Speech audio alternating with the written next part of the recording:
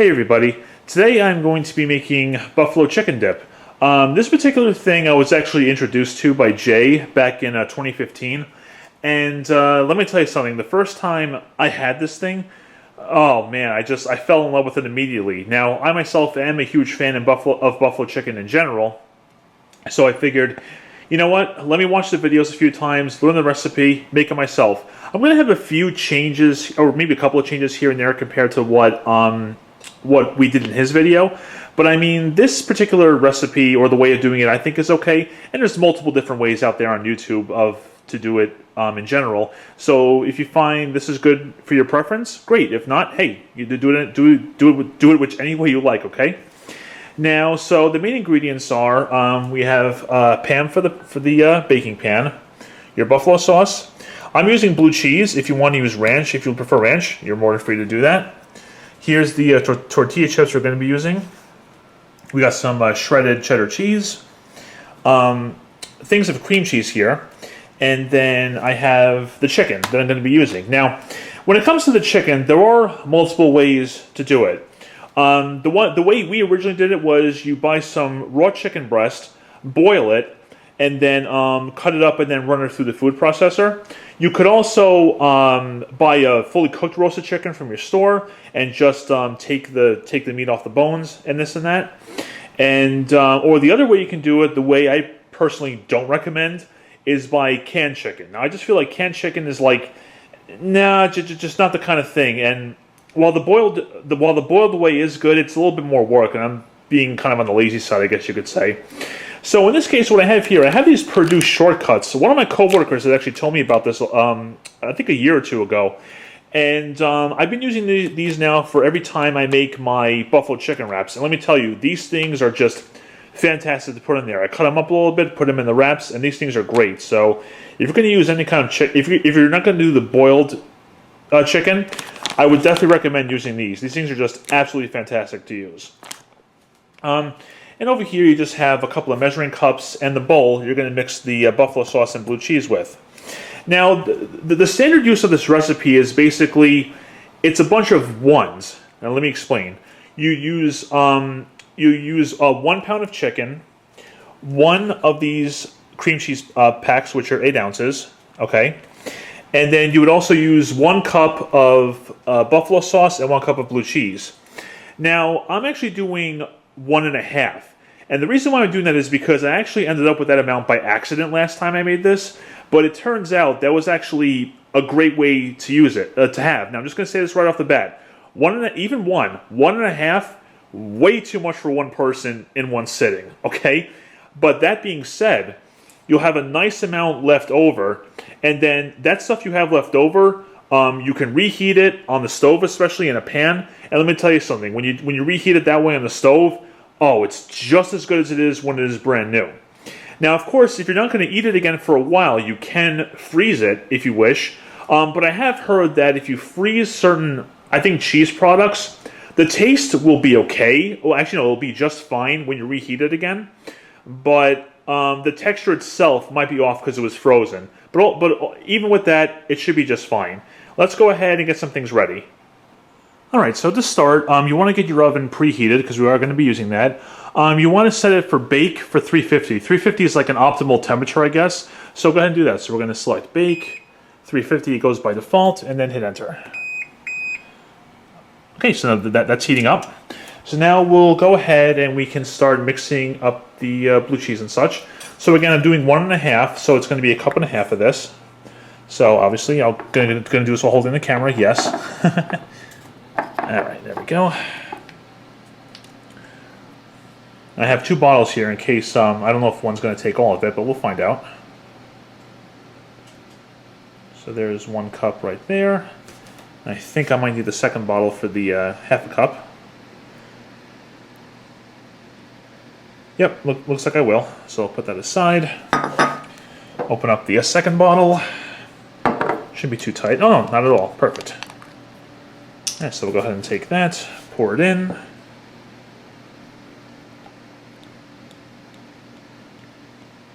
Perfect.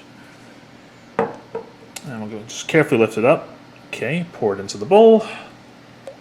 Just like that. Same with the half cup. Beautiful. And with the blue cheese, same thing as before, a cup and a half of it. I have a second container if need be. Oop, that should be good. Okay. Do the half a cup now. Perfect. That one looks might be a tad overfilled, so I'm going to put that one in first. Put it in there all together. Good. You can use a spatula to get the rest out if you wish. Put it in that one too. Beautiful. Okay. And now you take your whisk and just mix it up. And basically what you're going to do is, once the blue cheese and the buffalo sauce become a uniform, I guess orange or pinkish color, then you should be all set. So I'm going to go ahead and do that right here. And that's basically what you're looking for right there. See, all mixed together, all nice and uniform, no streaks of like red or white. You can see it's all one like orangish color, I guess you could say. All right, so now that the buffalo sauce and blue cheese are all set, we're going to put that aside for now. Let's go ahead and get the pan ready. All right, so I went ahead and I sprayed Pam inside the pan. It's kind of funny how that sounds. And I can't stress enough, guys, when you use baking pans, you're going to put anything in it, use Pam or whatever kind of non-stick cooking spray you want, because that's just going to make it that much easier to take stuff off. I went ahead and did it over the sink, that way I didn't get any overspray on the countertop. So what I did was I opened up the package of cream cheese right here, and what I like to do is I like to cut it down the middle first, like that, okay? Then what you're going to do is make as even as you can, make evenly sized cubes, like along here, and then basically, once you make those cubes there, all right, you're going to go ahead and place each of these cubes inside the baking dish. So let me go ahead and do the rest. Actually, you know, I could just do this, actually, can't I? Yeah, that makes more sense, doesn't it? So let me go ahead and get more of these cubes cut, and I'll put them in the pan. And if you guys remember, just to show, I forgot to mention earlier, I am doing 1.5, so I'm going to do the second thing of cream cheese, I'm going to do half of it. Now you can see I kind of butchered the packet trying to open it. I didn't do so hot this time, but I just want to show. I'll put it in a container or something. But I just want to show you guys the way you can do this in half is basically cut it down the middle, like you see right there, and then do a cross cut. Do a cross here and a cross cut there. Okay, and just go ahead and put these 4 cubes into the pan. And there you go. Basically, you have evenly cut squares or cubes of cream cheese all put into the baking pan. Then what we're going to do is we're going to put it in the oven. Again, the oven is set for 350. And what you're going to do is you're going to put this in the oven for 10 minutes. And the goal here is to basically get the cream cheese to melt or really soften. And that way, once you add the mixture afterwards, well, first let me say this. When you soften it, you want to smush it in the pan, get it all spread around the best you can, and then you add the stuff afterwards. That way, since it's not all solid like this, it's nice and soft. It'll mix in with the blue cheese buffalo sauce mixture to get everything all nice and uniform together. So let's go ahead and get this inside the oven. Cream cheese is currently in the oven, and we got set it for 10 minutes. So now that'll be all set. That'll be all set after 10 minutes. So let's go ahead and take care of the chicken now. Okay, so now for the chicken, we're going to go ahead and we're going to run it through the food processor like we did when it was boiled. Now, a couple things you want to know about is when you put your chicken in the food processor, don't put it all in at once, because basically what's going to happen is the amount of chicken that's in the food processor is going to be too high over the level of the blade. And then what's going to happen is it's going to process unevenly. You're going to have very processed chicken on the bottom, and then not so much processed chicken on top, and it's not going to have that evenness in terms of texture, chunk, whatever you want to say. So a good thing is, what you could do first is, let's go ahead and drop one of these in here. There we go. And let's see how that looks.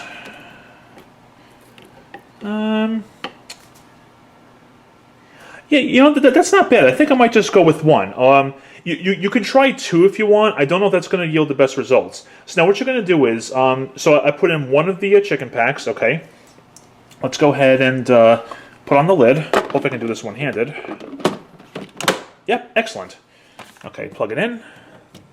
And now what we're going to do, what we're going to do here is, don't put the processor on continuous on, okay? You just want to pulse it because you don't want the chicken to be processed so finely that there's no chunks left. You want some chunks in there so that way you'll you can, you know, notice it when you're eating the dip. So what you're going to do is do pulse a few times and we'll see how it looks. So we're going to go ahead and do that.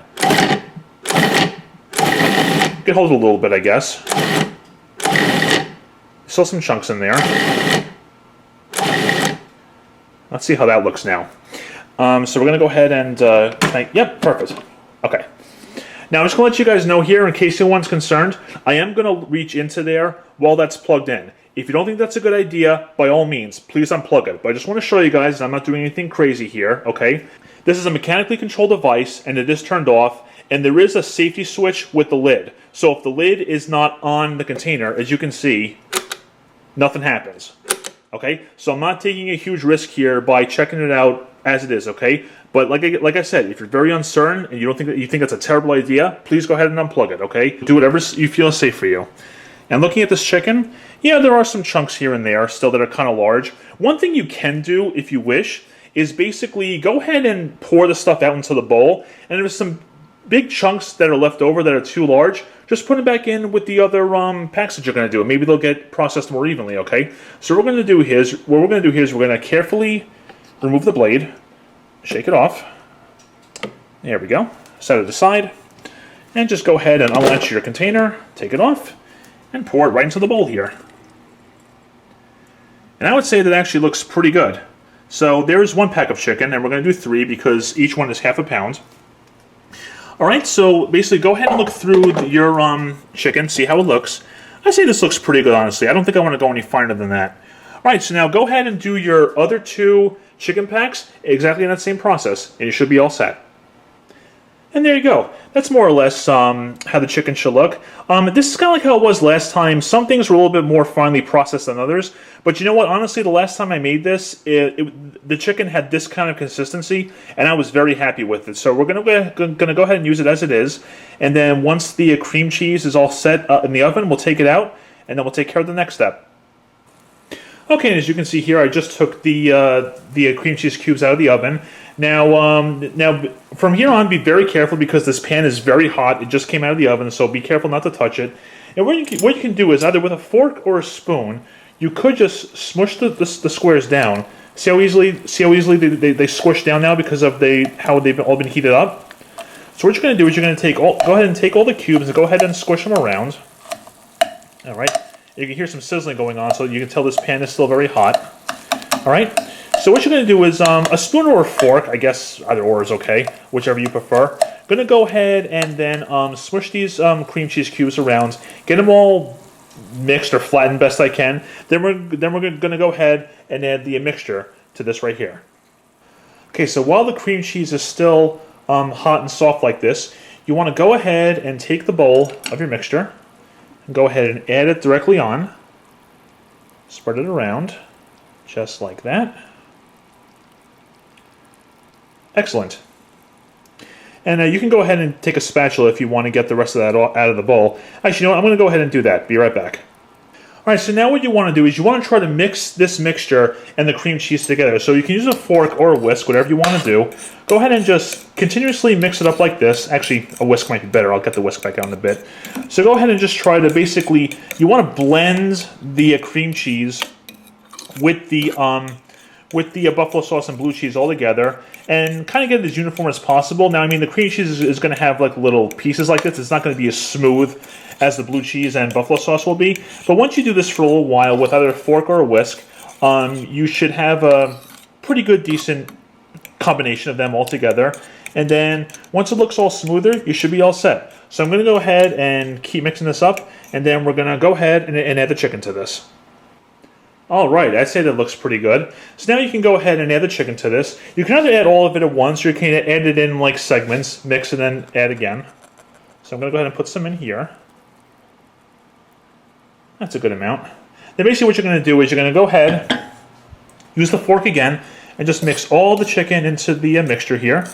And then you're basically going to repeat this process, like mix all the chicken into this stuff right here, and then get the remaining chicken, and then put it in again. And mix it up all together until it looks nice and uniform. And I'll show you what that result looks like when this is all done.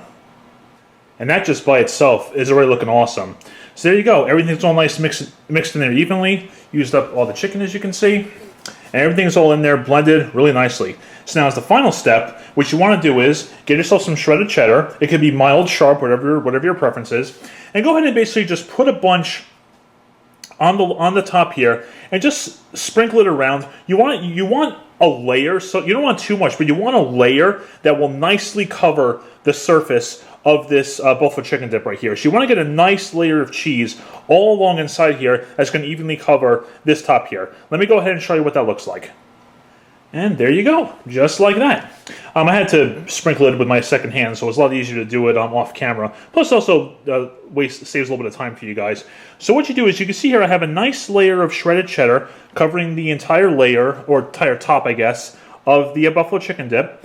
And basically what you're going to do is, you're going to put this back into the oven at 350 for roughly 15 to 20 minutes. What you want to look for is, once the edge starts browning a little bit, or this kind of starts bubbling, probably a good time to take it out. You don't want this edge to get too dark, because then that's burnt cheese, and in my personal opinion, I'm not really a big fan of burnt cheese, so that's why I don't want to do that. So again, it's going to be 15 to 20 minutes. I'm going to set my timer for 20 minutes, and if it's done at that time, great. If it looks done earlier than that, I'll just take it out. So let me go ahead and put that in the oven.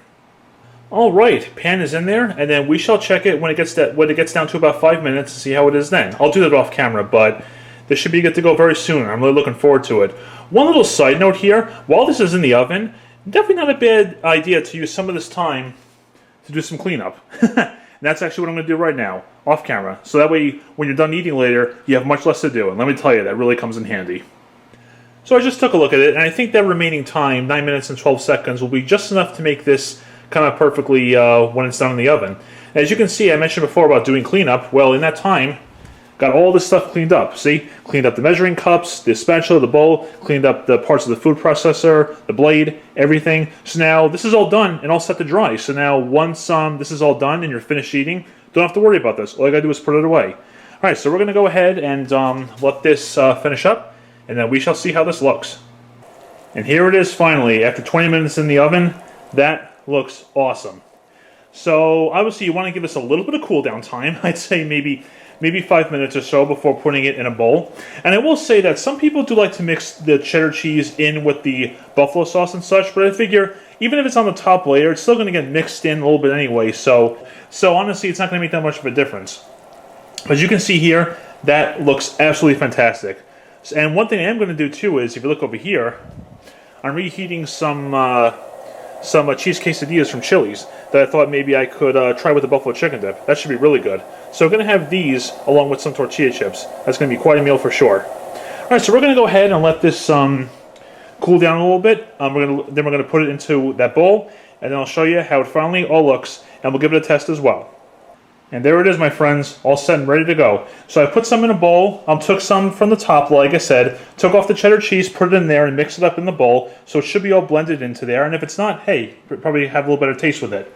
So there you guys go. There is the buffalo chicken dip, and you can see I'm going to have a ton left over. But like I said before, put it in a container, refrigerate it, or freeze it if you're not going to have it for a while. Then if you do freeze it, let it thaw, of course, and then put it in a small pot or pan on the stove. Heat it up to get it hot again, just as good as it's going to be right now. So we're going to go ahead and give it a little test. I'm going to get a tortilla chip out of the bag here, just like that. I'll turn the camera away just so you guys don't have to hear me, hopefully you won't hear me eating too much. That looks fantastic.